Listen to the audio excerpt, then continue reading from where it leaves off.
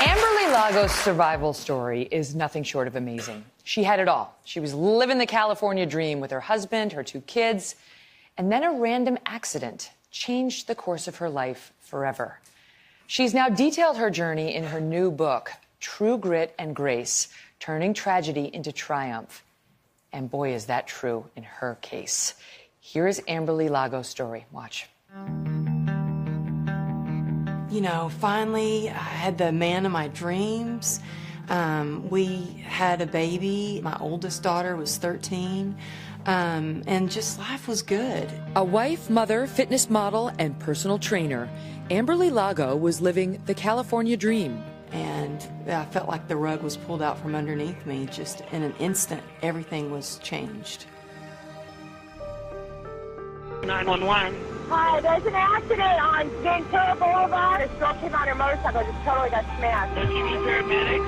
She needs paramedics. Her leg is twisted up and there's blood coming out of her house. A truck hit the motorcycle Amberly was riding. I immediately had pain. And I looked down at my leg and just held onto my leg, and it was just crumbled into pieces. It was like one of those scary movies where you see every beat of your heart, the pulsing, the blood was coming out every beat. And I thought, oh, when people started approaching me, that's when I started to realize something, this might be more serious than I think, because they didn't run to me, they kind of walked and stopped and stood in place, and one lady fainted. Amberly's husband, John, a retired police lieutenant, arrived quickly. And I heard this just like wailing, and I was like, what is that? And it was my husband. And I said, Johnny, I need you to get over here and be strong for me. And the last thing I remember before they put me in induced coma was he held my hand, and the nurse said, we're going to give you something to make you feel all better now. While Amberly was in a coma, doctors asked John if they could amputate her leg. He refused.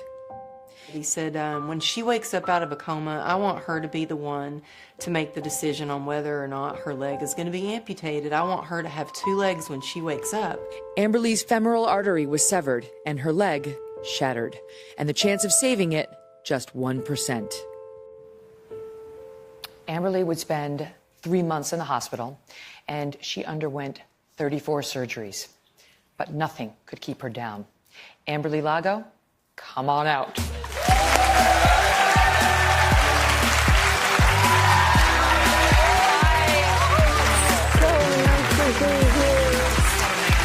Thank you for coming.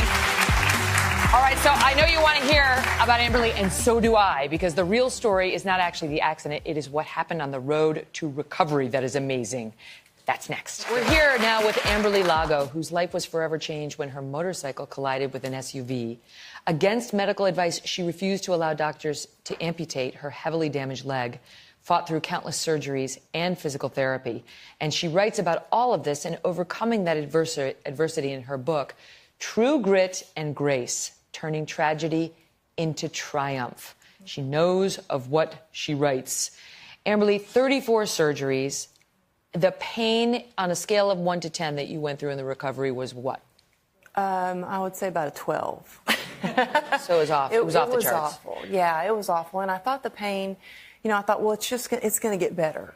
And, growing up, I was taught to push through the pain and suck it up and cowgirl up. And so I just thought this is part of it. I think being an athlete and a dancer my whole life kind of helped me to keep sucking it up and move forward. But the pain was just horrible every day. I know the doctor said, he showed you a saltine cracker. Is that what he said?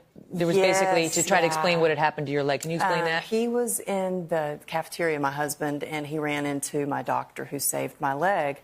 And he was eating a bowl of soup, and he grabbed a saltine cracker, and he broke it. And he said, John, this is what a break is. And he crumbled the cracker, and it fell, and he said, this is what your wife has. So basically, it was crushed. It was completely shattered. Which is why they really thought that you should amputate it. Mm-hmm. Why didn't you choose that? A lot of people live with a prosthetic, and they do just fine. You know, to me, it was just never a choice in my mind. I think because I was a dancer my whole life, and then a fitness trainer in the fitness industry, and a big runner, and I ran every day, and running was that was my go-to. That was my therapy. That was my drug of choice. That's what I always turned to.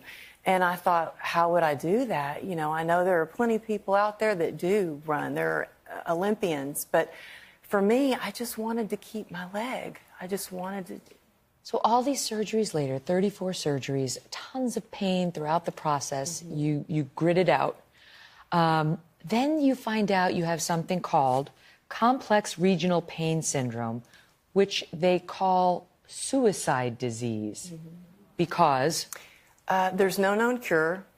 It leaves you in constant chronic pain, and the pain is ranked higher on the pain scale than anything, than, you know, passing a kidney stone, than childbirth. It's ranked higher, and there's no known cure. So you're left every day, if you're in a flare-up, especially, in constant chronic pain. And so people, once they find out, you know, that they're going to live the rest of their lives that way, a lot of times people slowly kill themselves with, you know, drugs or alcohol, or they take their lives right then and there. This chronic pain is not only incredibly painful, obviously, to deal with, but it can cause great depression. It can just cause depression. And I know you suffered that as well. So how, you know, turning tragedy into triumph, how do you get past that? Because I think a lot of us would not be able to. Yeah, you know, I was in a really dark place, and I think we all have that light inside of us, and for me, mine was getting really dim, and I think it was God's grace that got me through. I got on my knees and I prayed. I needed help, and I reached out to people for support, but I thought, you know, I have a choice here. I can either go down that road of despair and self-pity and depression, or I can make this better, make a life for myself. And so I got a notepad that I had, and I just started writing everything I was grateful for. And whether that be that it was, you know, in the hospital, that I had a view from the hospital room, but I wrote everything I was grateful for. I wrote down the nurses' names that came in to check on me, my husband, my family, my clients. Everyone says that gratitude journal really works. Everybody says that works. It works. Can I ask you, because I know at some point you thought, did I make the right choice? Maybe I could just, you know, I'm in so much pain, just take it now. Now I will go for the prosthetic. And they said no, that you would still have this disease. You would still have complex regional pain syndrome, even if they took the leg now. Why? How can that be? Well, I got to the point where I thought, I'm in so much pain. You know what? I made it through all these surgeries only to just be in constant pain. You know, I was so proud to be upright and walking, and I thought when I learned that it's not going to get better, I said, just take it, just amputate it. And they said, we can't do that. It's in your sympathetic nervous system. So for lack of a better term, it's like a computer that needs to be rebooted. So I've had every kind of treatment, from a spinal cord stimulator where they put metal leads in your spine, which it didn't work for me. I had... They've tried to manage it, but it's not...